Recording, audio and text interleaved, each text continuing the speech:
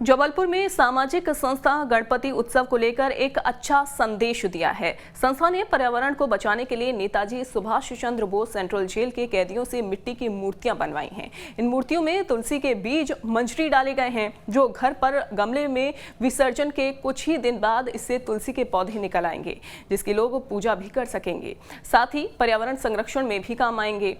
हमारे संवाददाता अमित सोनी ने बात की संस्थान के अध्यक्ष से।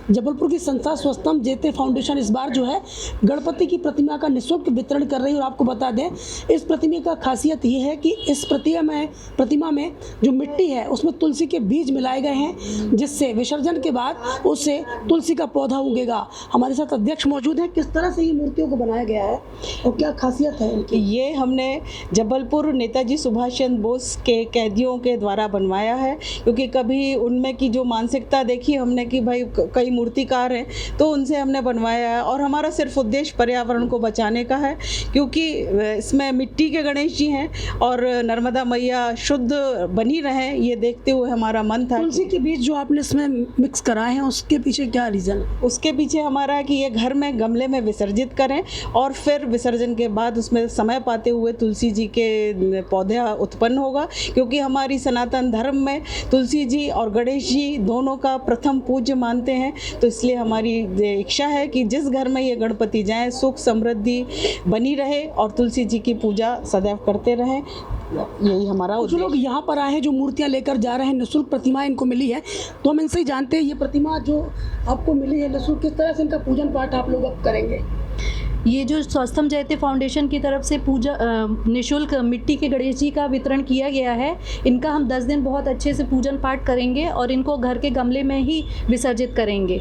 इसमें जो तुलसी का पौधा लगा है, मूर्ति में विसर्जन के बाद वो तुलसी का पौधा भी आपके घर पे ही रहेगा, तो किस तरह से फिर उसका पूजन आप लोग करेंगे? तुलसी जी की पूजा वैसे ही हर घर में पूजी जाती हैं तुलसी जी, उनको हम साल भर तक उनकी पूजा करेंगे और गणेश जी की कृपा तुलसी जी के रूप में हमारे घर में बनी रहेगी। संस्था ने जो मैसेज दिया, एक मैसेज कन्वे किया कि पर्यावरण को बचाएं और घर पे ही प्रतिमा को विसर्जन करें, तो क्या कहना चाहते हैं आप लोग इसको लेके? मैं ये कहना चाहती हूँ कि जो ये संस्था ने बहुत ही अच्छा कार्य किया, ऐसी पहल सोच बहुत अच्छी सोच है। ये संस्थाएं बहुत सारी हैं, बहुत सारे कार्य करती हैं, पर स्वस्तम जयंती संस्था का ये बहुत अच्छा पहल है और हम सबका सहयोग रहेगा इस संस्था को और आगे से आगे ले जाने। तो पर्यावरण के साथ घर में तुलसी का पौधा भी आपके साथ इस बार जो है गणपति के दौरान आएगा। Amit Soni, News State, Jabalpur. धार जिले में करम डैम के लीकेज से आसपास के गांव तबाह हो गए हैं। राज्य सरकार ने प्रभावितों को मुआवजा देने का ऐलान तो किया, लेकिन अभी तक कई लोगों को ना उचित मुआवजा मिला और ना ही अन्य सुविधाएं, जिसको लेकर बड़ी संख्या में लोगों ने कांग्रेस के नेतृत्व में रैली निकाली, जिसमें जिला कांग्रेस अध्यक्ष बाल मुकुंद सिंह गौतम, धर्मपुरी विधायक पांचवी लाल मीणा सहित बड़ी संख्या में प्रभावित लोग शामिल हुए। प्रभावित लोगों ने प्रशासन के खिलाफ जमकर नारेबाजी की और कलेक्ट्रेट का घेराव किया, जिसके बाद कलेक्टर ने पीड़ित लोगों से मुलाकात की और उनकी समस्याएं सुनी। कलेक्टर ने पीड़ित लोगों को उचित मुआवजा और अन्य सुविधाएं उपलब्ध कराने का आश्वासन दिया।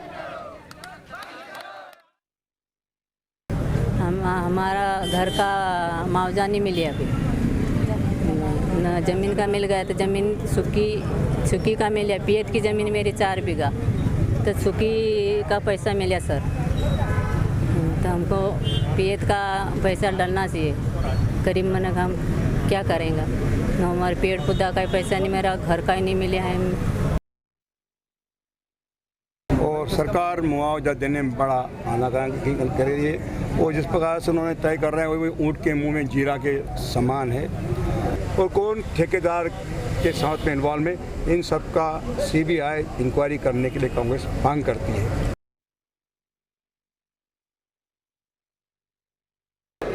मुख्यतः 2 विषय थे कि कारम डैम जब बनते समय जो भूअर्जन हुआ है उसमें जो लोग छूट गए हैं, कुछ लोग छूट गए हैं, ऐसा क्लेम है। तो उनसे सभी से बात सुनी गई है, सबके नाम भी नोट किए गए हैं और इसको हम फिर से वेरीफाई करवा लेते हैं यदि उन्होंने आग्रह किया है ग्रामीणों ने। और दूसरा विषय जो है कि जो डैम के बाद जो नीचे पानी गया था उसमें जिनकी भूमि हुई है, तो उसमें जो मुआवजा वितरित किया है उसके अतिरिक्त जिनकी भूमि खराब हुई है उनको नरेगा में हम भूमि सुधार में भी ले रहे हैं और साथ ही साथ विभागीय तौर पे काली मिट्टी का इंतजाम करके उनके खेतों को भी पुनः खेती लायक बनाया जाएगा।